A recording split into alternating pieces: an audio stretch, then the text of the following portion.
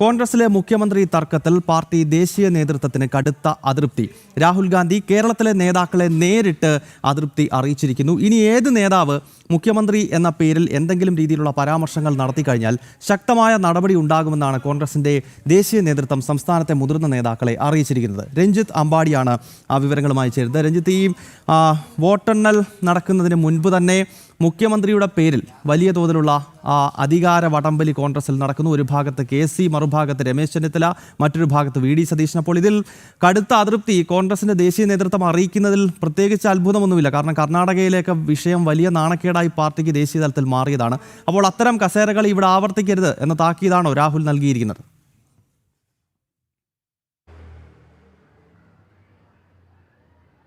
തീർച്ചയായും ഗൗതം, അങ്ങനെ തന്നെയാണ്. തെരഞ്ഞെടുപ്പ് പ്രഖ്യാപിക്കുന്നതിന് മുൻപ് തന്നെ കേരളത്തിലെ കോൺഗ്രസിൻ്റെ മുഖ്യമന്ത്രി ആരായിരിക്കും എന്നുള്ള ചർച്ചകളും തർക്കങ്ങളുമാണ് പ്രധാനമായും ഉണ്ടായിരുന്നത്.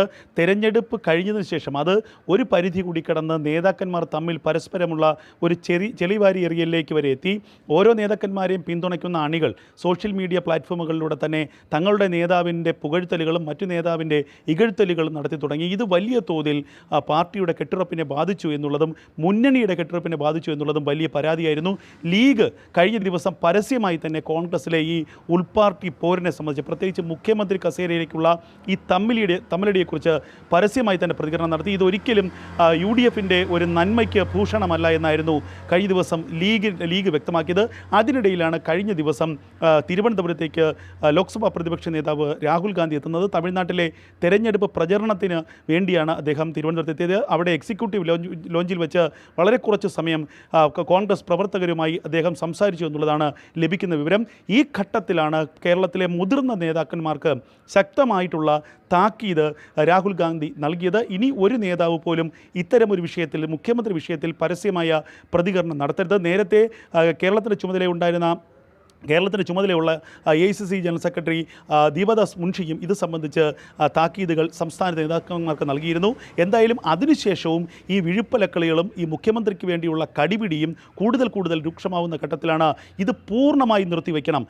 ഇത് സംബന്ധിച്ച് ഇനി മെയ് മാസം 4-ാം തീയതി വരെയോ അതിനുശേഷമോ ഒരു തരത്തിലുള്ള ഒരു പ്രചരണങ്ങളും ഏതെങ്കിലും തരത്തിലുള്ള വാക്കുകളും ഒരു നേതാവിൻ്റെയും ഭാഗത്തു നിന്ന് കേരളത്തിൽ ഉണ്ടാകരുത് എന്നുള്ള അതിശക്തമായ താക്കീത് ദേശീയ നേതൃത്വം നൽകിയിരിക്കുന്നത്.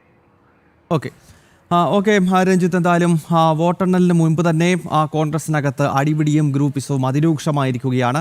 3 നേതാക്കന്മാരുടെ പേരുകൾ പറഞ്ഞുകൊണ്ടുള്ള വലിയ അധികാര വടംവലി ഇതിനകം തന്നെ കോൺഗ്രസിനകത്ത് ആരംഭിച്ചു. ഈ കാര്യത്തിൽ കോൺഗ്രസിൻ്റെ ദേശീയ നേതൃത്വം ഇനിയും സംസ്ഥാനത്തെ നേതാക്കളോട് വാ തുറക്കരുത് എന്ന് പറഞ്ഞിരിക്കുകയാണ്. കാരണം അല്ലെങ്കിൽ തന്നെ കോൺഗ്രസ് അഖിലേന്ത്യാ തലത്തിൽ നാമാവിശേഷമാകുന്നൊരു സാഹചര്യമാണ്. അതിനിടയിൽ അധികാരം കിട്ടിയിട്ടില്ല, ഇവിടെ വോട്ടെണ്ണിയിട്ടില്ല. അതിനു മുമ്പ് തന്നെ അടി നടക്കുന്നത് ദേശീയ തലത്തിൽ തന്നെ പാർട്ടിയെ ഇല്ലാണ്ടാക്കുന്നു എന്ന നിർദ്ദേശമാണ് ഇപ്പോൾ കോൺഗ്രസിന്റെ ദേശീയ നേതൃത്വത്തിന്റെ ഭാഗത്ത് നിന്നും സംസ്ഥാനത്തെ നേതാക്കൾക്ക് നൽകിയിരിക്കുന്നത്. രഞ്ജിത്ത് അമ്പാടിയാണ് വിവരങ്ങളുമായി ചേർന്നത്.